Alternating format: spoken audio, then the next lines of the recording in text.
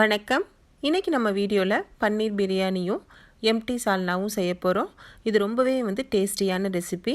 இதை பண்ணுறதுக்கு என்னென்ன பொருள்லாம் தேவை, இதை எப்படி பண்ணலாங்கிறத வாங்க வீடியோக்குள்ளே போய் பார்க்கலாம்.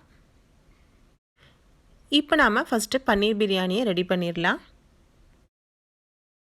இப்போ நாம் ஃபஸ்ட்டு பன்னீரை மேரினேட் பண்ணி எடுத்துக்கலாம். அதுக்காக இன்றைக்கி 4 டேபிள் ஸ்பூன் அளவுக்கு தயிரை நம்ம சேர்த்துக்குவோம். நீங்கள் பன்னீரை மேரினேட் பண்ணாமல் நீங்கள் சேர்த்திங்க அப்படின்னா அந்தளவுக்கு டேஸ்ட் இருக்காது. நீங்கள் இந்த மாதிரி நம்ம செஞ்சு ஒரு 1 ஹவர் ஊற வச்சுட்டு நம்ம செஞ்சோம் அப்படின்னா ரொம்பவே டேஸ்டியாக இருக்கும். இப்போ 4 டேபிள் ஸ்பூன் அளவுக்கு நம்ம தயிரை சேர்த்தாச்சு.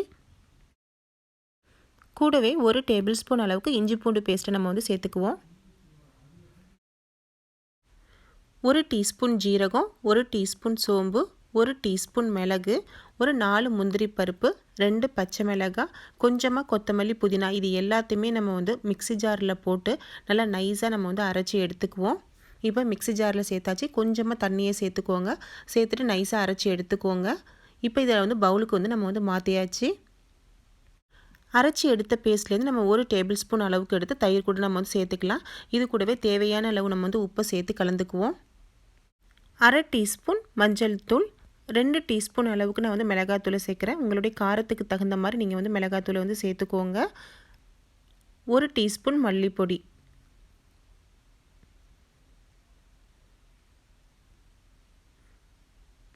இப்போ எல்லா பொருளையும் நல்லா நம்ம மிக்ஸ் பண்ணிக்கலாம். நான் இன்றைக்கி இந்த பிரியாணி பண்ணுறதுக்கு 400 கிராம் அளவுக்கு பன்னீரை எடுத்து வச்சுருக்கேன். இதை நம்மளுடைய விருப்பத்துக்கு தகுந்த மாதிரி சின்ன சின்ன பீஸாக கட் பண்ணி எடுத்துக்கலாம். இப்போ கட் பண்ணி எடுத்துகிட்டு நம்ம கலந்து வச்ச மசாலா கூட இது நம்ம சேர்த்து ஒன்றா மிக்ஸ் பண்ணிவிடுவோம்.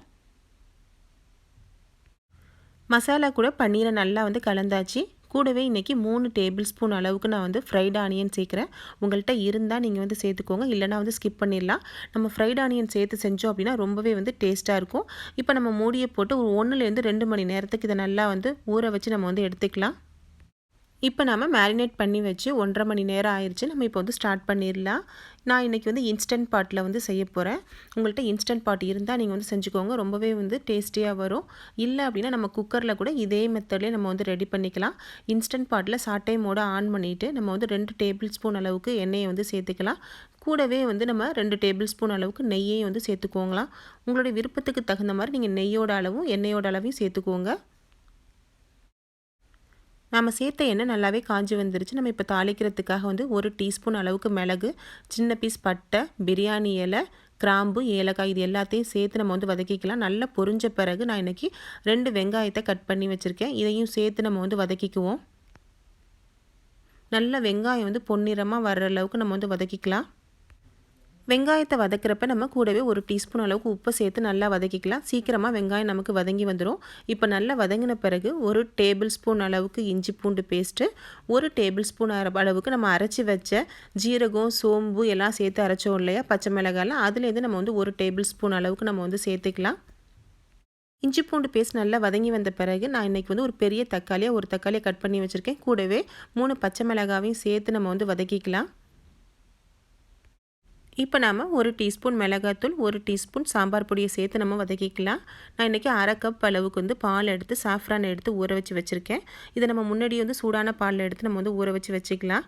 இப்போ நல்லா வெங்காயம், தக்காளி, மசாலாலாம் வதங்கின பிறகு கொஞ்சமாக கொத்தமல்லி, புதினாவையும் சேர்த்து நம்ம வதக்கிக்கலாம். நல்ல பாலில் சாஃப்ரான் நம்ம ஊறி வரட்டும். நம்ம முன்னாடியே ஊற வச்சு வச்சிடலாம். மசாலா எல்லாமே நல்லா வதங்கி வந்த பிறகு நம்ம மேரினேட் பண்ணி வச்சுருக்க பன்னீரை நம்ம இது கூட சேர்த்துக்கலாம். பன்னீர் பிரியாணி செய்கிறப்ப நம்ம பன்னீரை ரொம்ப நேரம் வதக்கி சேர்த்தோம் அப்படின்னா அது சாஃப்டாக இல்லாமல் ஹார்டாக போயிடும். அதனால் நம்ம வதக்காமல் டேரெக்டாக நம்ம இது கூடவே அரிசியை சேர்த்துடலாம். நான் இன்றைக்கி 2 கப் அளவுக்கு, அதாவது 1/2 கிலோ அளவுக்கு அரிசியை எடுத்து ஊற வச்சு வச்சுருக்கேன். 1/2 மணி நேரமாக பாஸ்மதி அரிசியை யூஸ் பண்ணியிருக்கேன். இப்போ நம்ம அந்த அரிசியையும் சேர்த்து பன்னீர் கூடவே சேர்த்து மிக்ஸ் பண்ணிக்குவோம். இன்றைக்கி நம்ம இந்த பிரியாணிக்கு 400 கிராம் அளவுக்கு பன்னீர் சேர்த்துருக்கோம். அதுக்கு 1/2 கிலோ பாஸ்மதி அரிசி கரெக்டான அளவில் இருக்கும். அரிசியையும் நம்ம பன்னீரையும் நல்லா மிக்ஸ் பண்ண பிறகு தண்ணியை சேர்த்துடலாம். இப்போ நம்ம 2 கப் அளவுக்கு அரிசி எடுத்துருக்கோம். அதுக்கு 3 கப் அளவுக்கு தண்ணி சேர்க்கணும். நம்ம 1/2 கப் பாலில் எடுத்து பன்னீர் சாஃப்ரானில் ஊற வச்சு வச்சுருக்கோம். அதனால இன்றைக்கி நான் 2.5 கப் அளவுக்கு தண்ணியை சேர்த்துட்டு 1/2 கப் அளவுக்கு பாலையும் நம்ம இது கூட சேர்த்துக்கலாம். இந்த பால் உங்களுக்கு ஆப்ஷனல் தான், வேணும்னா நீங்கள் சேர்த்துக்கோங்க, இல்லைனா பாலை ஸ்கிப் பண்ணிவிட்டு 3 கப் அளவுக்கு தண்ணியை சேர்த்துக்கலாம். லாஸ்ட்டாக நம்ம கொஞ்சமாக ஒரு 2 டேபிள் ஸ்பூன் அளவுக்கு ஃப்ரைட் ஆனியன் சேர்க்குறேன். இந்த ஃப்ரைட் ஆனியனும் ஆப்ஷனல் ஆப்ஷனல் தான், வேணும்னா நீங்கள் சேர்த்துக்கோங்க. இப்போ நம்ம வந்து இன்ஸ்டன்ட் பாட்டை வந்து ஆஃப் பண்ணிவிட்டு கூடவே வந்து அரை மூடி அளவுக்கு வந்து எலுமிச்சம்பழத்தை நம்ம வந்து இதில் பிழிஞ்சு விட்டுக்கலாம். உங்கள்கிட்ட முந்திரி பருப்பு இருந்தால் லாஸ்ட்டாக கொஞ்சமாக வந்து சேர்த்துக்கோங்க. இது வந்து எக்ஸ்ட்ரா வந்து டேஸ்ட்டுக்காக தான் நம்ம சேர்க்குறோம். இது வந்து அவசியம் சேர்க்கணும்னு இல்லை, இருந்தால் நீங்கள் வந்து சேர்த்துக்கோங்க. இப்போ நம்ம இன்ஸ்டன்ட் பாட்டை வந்து ப்ரெஷர் குக் மோடை வந்து நம்ம ஆன் பண்ணிவிட்டு 5 நிமிஷத்துக்கு நம்ம வந்து செட் பண்ணிக்கலாம்.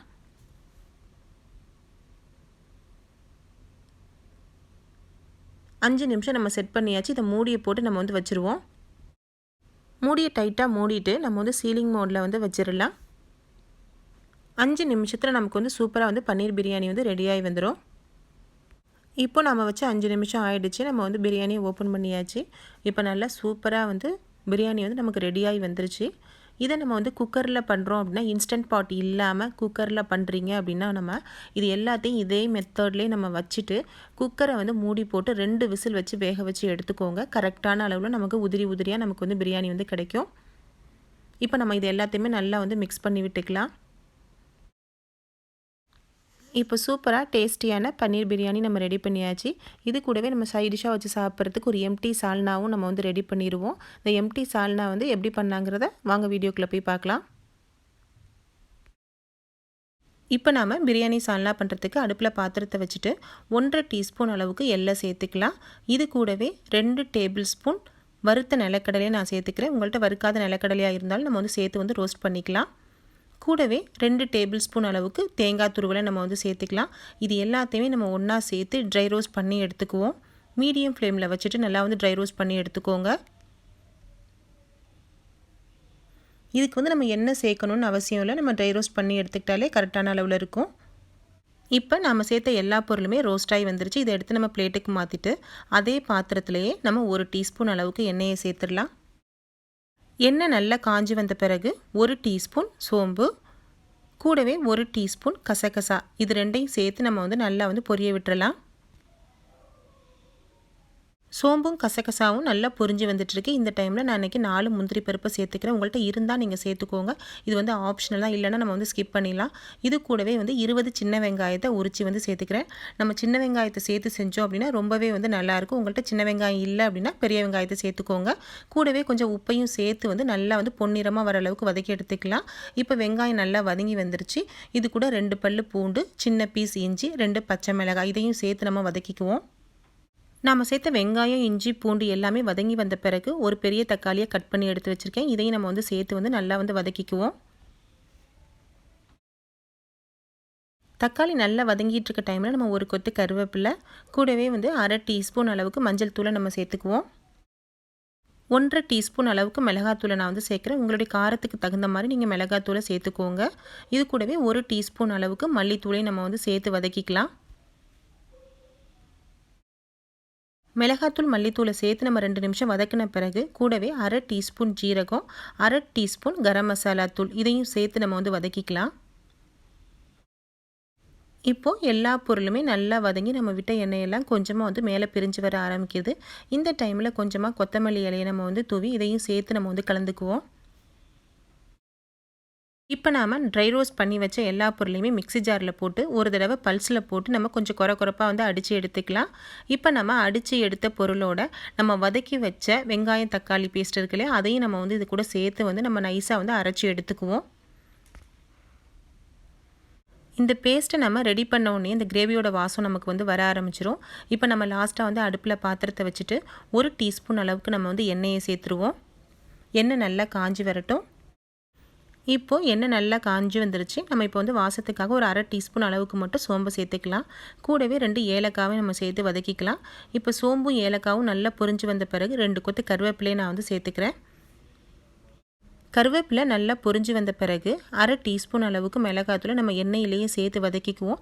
இந்த மாதிரி நம்ம வதக்கி சேர்த்தோம் அப்படின்னா கிரேவியில் நல்லாவே வந்து எண்ணெய் படந்த மாதிரி நல்லா வந்து ஒரு ரெட் கலரில் வந்து பார்க்குறதுக்கே வந்து கிரேவி ரொம்பவே வந்து நல்லாயிருக்கும். இப்போ நம்ம வந்து அரைச்சி வச்ச பேஸ்ட்டை நம்ம வந்து இது கூட சேர்த்து கலந்துடலாம். கூடவே மிக்ஸி ஜாரில் கொஞ்சம் தண்ணியை சேர்த்து நம்ம வந்து கழுவி அதையும் சேர்த்துக்கோங்க. உங்களுக்கு கிரேவி எந்த அளவுக்கு பக்குவமாக இருக்கணுமோ அந்த அளவுக்கு நம்ம வந்து தண்ணியை வந்து சேர்த்துக்கலாம். சேர்த்து இது எல்லாத்தையுமே நம்ம வந்து ஒன்றா கலந்து விட்டு வந்து ஒரு 10 நிமிஷத்துக்கு வந்து கிரேவியை மீடியம் ஃப்ளேமில் வச்சு கொதிக்க விட்டுறலாம். இப்போ நாம் சால்னாக்கு தேவையான உப்பையும் வந்து சேர்த்து வந்து ஒரு மீடியம் ஃப்ளேமில் வச்சுட்டு கொதிக்க வச்சுருவோம்.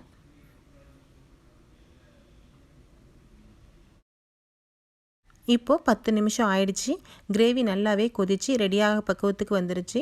நம்ம விட்ட எண்ணெய் எல்லாமே பிரிஞ்சு மேலே வர ஆரம்பிச்சிருச்சு. நம்ம எண்ணெயில் வதக்கி சேர்த்தோம் இல்லையா மிளகாத்தூள், அது எல்லாமே பார்க்குறதுக்கு நமக்கு நல்ல ரெட் கலரில் எண்ணெய் கூட சேர்ந்து வந்து படர்ந்து வந்துட்டுருக்கும். இது வந்து பார்க்குறதுக்கு ரொம்பவே வந்து நல்லாயிருக்கும். டேஸ்ட்டும் உங்களுக்கு வந்து ரொம்பவே சூப்பராக இருக்கும். ட்ரை பண்ணி பாருங்கள். இப்போ நாம் சூப்பராக பிரியாணி சால்னா வந்து ரெடி பண்ணிட்டோம். ஹோட்டலில் கிடைக்கிற அதே டேஸ்ட்டோட வீடுங்கள்லேயே நம்ம வந்து வெறும் 10 நிமிஷத்தில் நம்ம வந்து ரெடி பண்ணிடலாம்.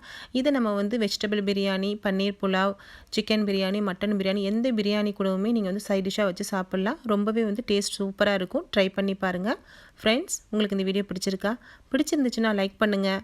உங்கள் நண்பர்களுக்கெல்லாம் ஷேர் பண்ணுங்கள். கூடவே நம்ம சேனலை மறக்காமல் சப்ஸ்கிரைப் பண்ணுங்கள். தேங்க்யூ.